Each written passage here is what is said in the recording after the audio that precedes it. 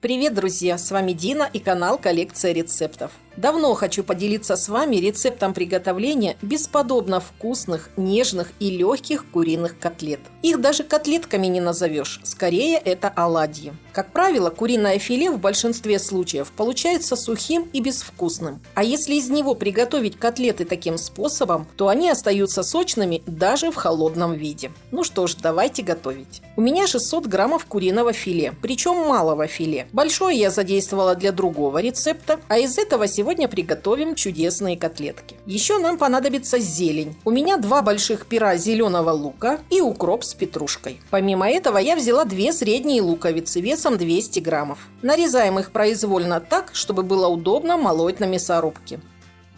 Кроме этого, берем 3-4 довольно крупных зубка чеснока и молодой кабачок весом 300 граммов. Его тоже произвольно режем для измельчения на мясорубке. Вместо кабачка можно взять капусту, лучше молодую, или натертый на мелкой терке сырой картофель. Все продукты подготовлены, и теперь поочередно пропускаем их через мясорубку, желательно на решетке с крупными ячейками. Куриное филе, кабачки, в большей степени они придают сочность котлетам. Чеснок, обязательно возьмите, без него никак. Репчатый лук, если хотите, его можно потереть на мелкой терке. И зелень, зеленый лук и укроп с петрушкой. Кстати, петрушку лучше мыть теплой водой, так она станет еще ароматнее. К измельченным продуктам добавляем 2-3 сырых яйца. Всыпаем полную с горкой чайную ложку соли и пол чайной ложки черного молотого перца. Туда же отправляем 2-3 полные столовые ложки майонеза. Я взяла 100 граммов. Не игнорируйте этот компонент. Без него котлетки будут сухими. В крайнем случае замените сметаной. И всыпаем 100 граммов крахмала. У меня картофельный. Все продукты хорошо перемешиваем в однородную массу. Обычно в качестве загустителя в мясной фарш добавляют хлеб, замоченный в молоке или воде, панировочные сухари, муку разных злаков, тертый сыр, измельченный сырой картофель или отварные крупы. А в данном рецепте эту роль играет крахмал. В результате должна получиться довольно жидкая масса, больше похожая как на оладьи. Но пусть вас это не пугает. Мы не будем ее формовать руками, как привычные нам котлеты, а будем выкладывать фарш в сковороду ложкой.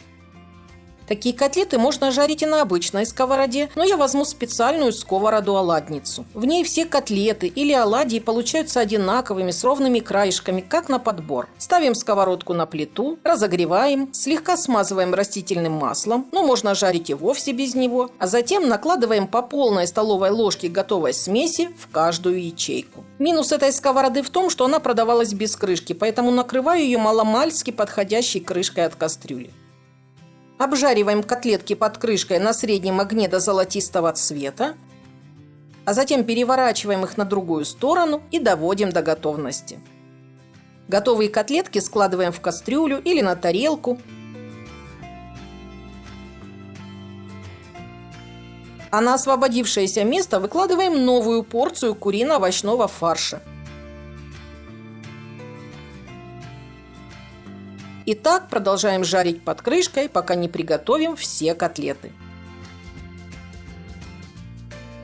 При обжаривании на обычной сковороде влейте в нее немного масла, разогрейте и точно так же выкладывайте массу ложкой, стараясь формовать более или менее ровные котлетки. Накройте крышкой, обжарьте с одной стороны, переверните и на среднем огне доведите до готовности.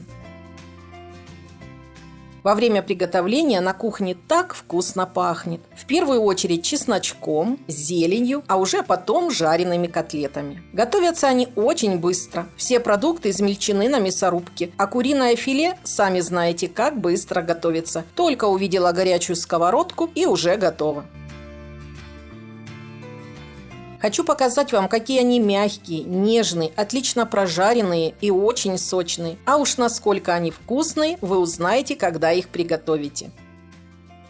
В результате из этого количества продуктов получается около 40 штук вот таких чудесных куриных оладьев диаметром 8 сантиметров. Они такие вкусные, аппетитные, мягкие, совершенно не жирные и очень сочные. Котлетки получаются плотные, прекрасно держат форму, не распадаются, а на следующий день, если, конечно, доживут, остаются такими же вкусными и нежными даже в холодном виде. Дорогие мои, очень надеюсь, что этот рецепт придется вам по вкусу, и вы оцените эти котлетки по достоинству. Готовьте с удовольствием. Желаю всем приятного аппетита. Друзья, если вам понравились эти котлетки, не забывайте ставить лайк. Готовьте по моим рецептам и оставляйте свои отзывы в комментариях. Если вы еще не подписаны на YouTube-канал «Коллекция рецептов», непременно подпишитесь и нажмите на колокольчик. У меня на канале есть и другие интересные рецепты блюд из птицы, а также плейлист «Рецепты на скорую руку». Все ссылки на экране и в описании. С вами была Дина. До новых встреч!